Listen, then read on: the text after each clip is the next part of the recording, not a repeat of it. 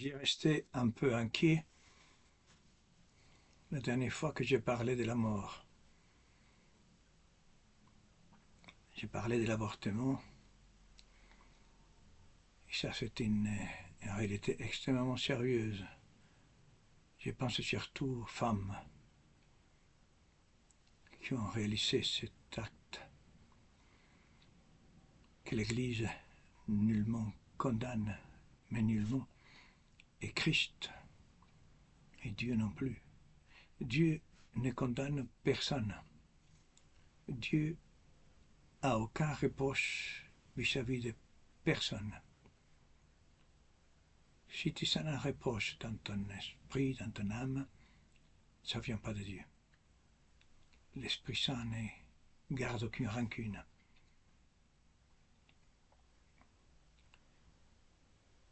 Je pense que je vous ai raconté l'histoire de Margarita Lacoque quand la Colombière, son confesseur, un jeune homme qui est un saint aujourd'hui, lui posa la question, il voulait savoir, parce qu'il venait de la connaître, si ses apparitions étaient de Dieu ou pas. Et alors lui, il lui demande, la prochaine fois que Jésus t'apparaisse, que vous apparaisse, bon, demande-lui quel était mon dernier péché mortel. Je vous ai raconté ça, mais je raconte encore pour quel est le dernier mon péché mortel. Alors, il lui demande, et alors Jésus lui répond, Marguerite, je ne me souviens pas. Alors, après, le lendemain, après, il lui dit, la Colombière lui pose la question, et lui il dit la réponse de Jésus, et alors lui, il dit, oui, effectivement, c'est Dieu qui vous parle. Je dis ça parce que les personnes sont mal informées, surtout par les menteurs, les pères de mensonges, qui est le démon, qui nous insinue, et des personnes qui sont très ignorantes, malgré elles, beaucoup, d'autres consciemment, bien sûr. Voilà. Donc, je voulais parler du pardon de Dieu. Il y a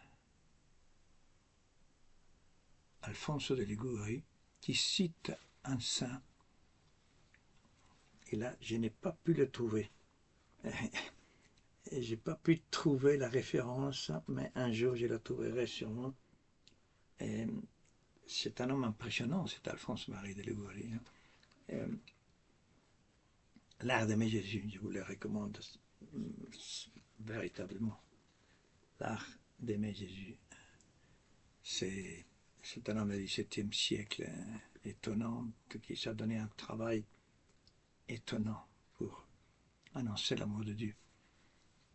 Et alors il raconte, parce qu'il a aimé tellement ce passage, peut-être Saint Jean d'Avila, peut-être, qui cite, il dit là, en parlant de l'amour infini de Dieu, il parle d'un océan, je vous savez dire, d'un océan sans limite, sans borne d'amour. Je ne sais pas si imaginez-vous un océan d'amour sans limite. Sans limite. Un peu comme le mot éternité. Éternité qui affectionnait notre ami Saint Augustin. L'éternité. Et comme je vous disais, parler aux enfants de l'éternité, c'est toujours, toujours. Hein, et toujours, toujours. Toujours, toujours.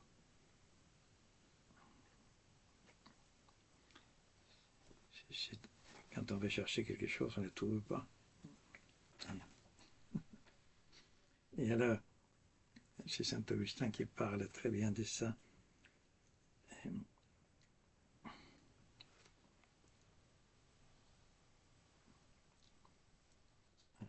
Vous savez,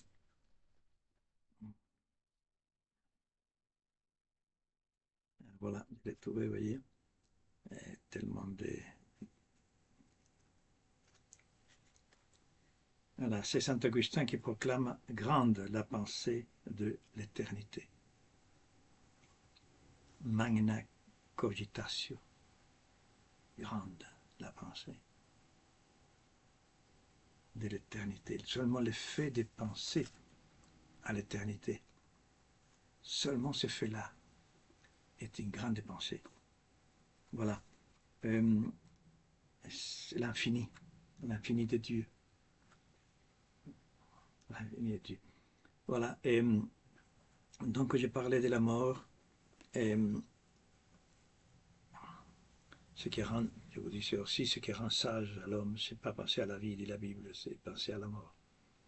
Comme si la pensée de la mort est, fils, comment on dit, triste. Fouet la triste. Hein? Non, la pensée de la mort, c'est la vérité. Il y a des anachorètes ou des moines un peu fous parfois, mais merveilleux. Les fous d'amour sont toujours merveilleux. Et qui s'est couché dans... Ah oui, je vous avais dit aussi qu'il s'est couché dans des ataouds, où on enterre les morts, hein, pour s'habituer à la mort. Alors, je vous ai sélectionné quelques petits articles là, vous voyez. Ah oui, Louis Dupont, ah oui, je vous avais parlé aussi, vous savez, on répète la même chose, Louis Dupont, 16e siècle, contemporain de Sainte Thérèse d'Avila, il tremblait, donc il avait tellement peur, il tremblait tellement que même la maison, elle tremblait. C'est Alphonse de Liguori qui les colporte. Voilà. Il y a vous lire encore quelques pensées joyeuses de la mort aussi, et sérieuses.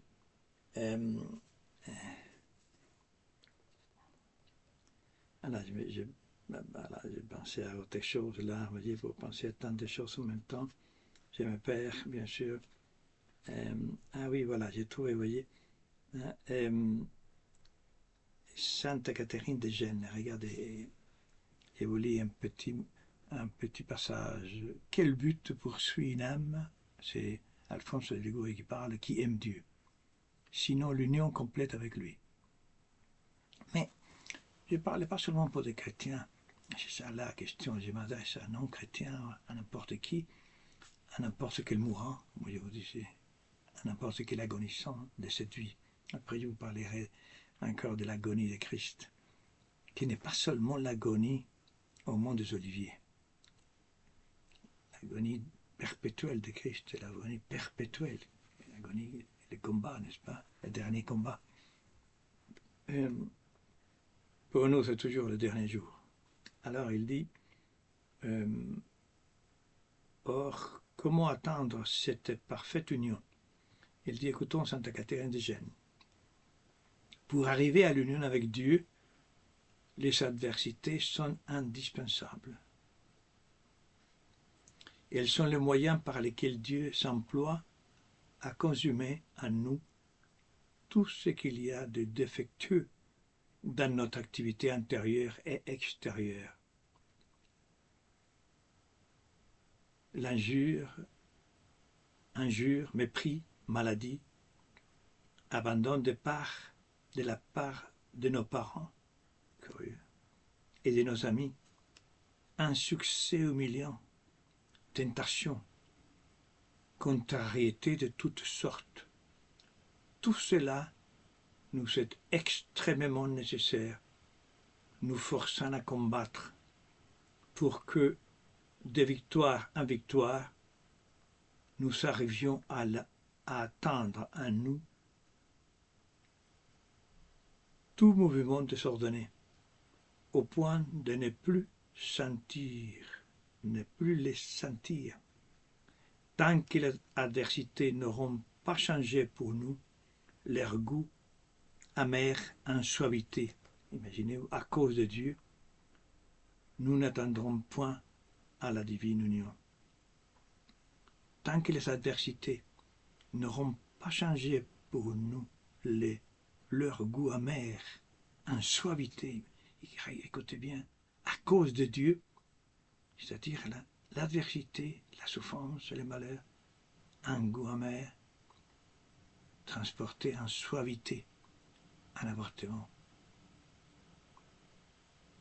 changé en suavité. Les plus grands crimes que nous aurons pu faire à cause de Dieu, nous n'attendrons point à la divine union. C'est-à-dire qu'un jour, Dieu nous promet que tout cela se chargera en suavité. Alors, nous pourrions. C'est une promesse. Un homme a dit, un saint aussi, dit que si nous avons une droite recherche du chemin à suivre, il sera long, mais nous arriverons. Si nous voulions avoir le désir d'une droite de recherche, parce que notre cœur n'est jamais droit, mais avoir le désir.